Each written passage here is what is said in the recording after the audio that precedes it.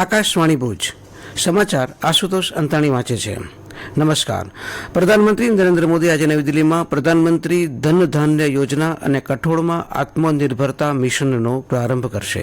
કૃષિ મંત્રાલયે જણાવ્યું હતું કે પ્રધાનમંત્રી ધન ધાન્ય કૃષિ યોજના દેશભરના 100 ઓછી ઉત્પાદકતા ધરાવતા જિલ્લાઓમાં વ્યાપક કૃષિ વિકાસ હાથ ધરશે.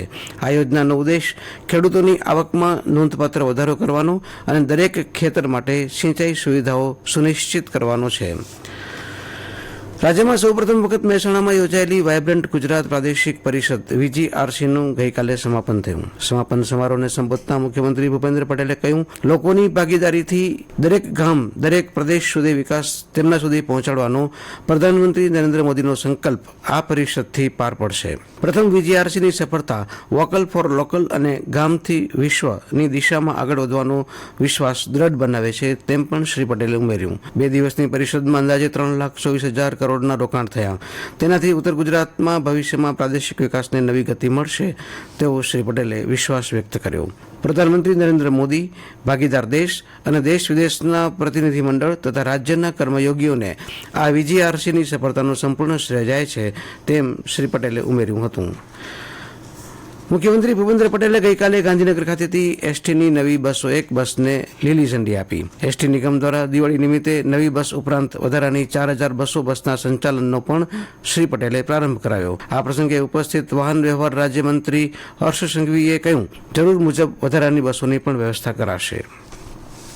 રાજ્ય સરકારે કચ્છના કડીર વિસ્તારમાં નર્મદાનું પાણી આપવાનો નિર્ણય કર્યો છે.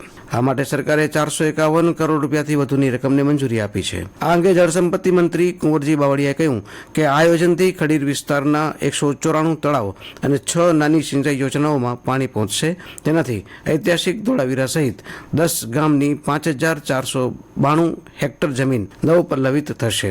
ભચાઉ તાલુકાના ખડીર વિસ્તાર માટે પાણીની સમસ્યાના નિવારણ અને ભૂગર્ભ જળનો ઉપયોગ ઘટાડી ભૂગર્ભ જળ સપાટી ઉપર લાવવા નર્મદાના પૂરના વધારાના પાણીને પાઇપલાઇન દ્વારા પહોંચાડવાના આ નિર્ણય કરાયો હોવાનું શ્રી બાવળિયાએ જણાવ્યું હતું. નવીન અને નવીનીકરણીય ઉર્જા મંત્રાલયે રાષ્ટ્રીય ગ્રીન હાઇડ્રોજન મિશન NGHM હેઠળ ગ્રીન હાઇડ્રોજન હબ તરીકે 3 મુખ્ય બંદરને ઔપચારિક માન્યતા આપી છે, જેમાં ગુજરાતના દીનદયાળ પોર્ટ ઓથોરિટી કંડલાનો પણ સમાવેશ થાય છે. આ માન્યતા એક સંકલિત હાઇડ્રોજન ઇકોસિસ્ટમ બનાવવા અને સ્વચ્છ ઉર્જા તરફ ભારતના સંક્રમણને આગળ વધારવા તરફ એક મહત્વપૂર્ણ પગલું દર્શાવે છે. કેન્દ્રીય બંદરો, શિપિંગ અને જળમાર્ગ મંત્રી સર્બાનંદ સોનોવાલે જણાવ્યું હતું કે આ માન્યતા ભારતની દરિયાઈ યાત્રામાં એક નિર્ણાયક ક્ષણ છે, કારણ કે આપણે વૈશ્વિક દરિયાઈ ક્ષેત્રમાં આધુનિક, સક્ષમ અને અગ્રણી બનવા તરફ ગતિ કરી રહ્યા છીએ. પ્રધાનમંત્રી નરેન્દ્ર મોદીના સ્વપ્નદ્રષ્ટા નેતૃત્વ હેઠળ અમે ટકાઉ વિકાસની એક ઇકોસિસ્ટમ બનાવવા માટે કામ કરી રહ્યા છીએ, જે ભારતને 2070ના વર્ષ સુધીમાં નેટ ઝીરો બનવાના વિઝનને સાકાર કરવા માટે શક્તિ આપશે. ભુજમાં નેશનલ આયુષ મિશન અંતર્ગત સરકારી આયુર્વેદ હોસ્પિટલ દ્વારા આયોજિત આયુર્વેદ અને હોમિયોપેથી અને યોગ દ્વારા ભારત વિકાસ સપ્તાહની ઉજવણી બાબતે ચામડીના રોગો, પેટના વિવિધ રોગો, કબજિયાત તથા વૃદ્ધાવસ્થાના રોગો માટે નિઃશુલ્ક નિદાન સારવાર સલાહ કેમ્પનું આયોજન આજે સવારે સરકારી આયુર્વેદ હોસ્પિટલ ખાતે કરવામાં આવ્યું છે, તેમ સરકારી આયુર્વેદ હોસ્પિટલની એક યાદીમાં જણાવાયું છે.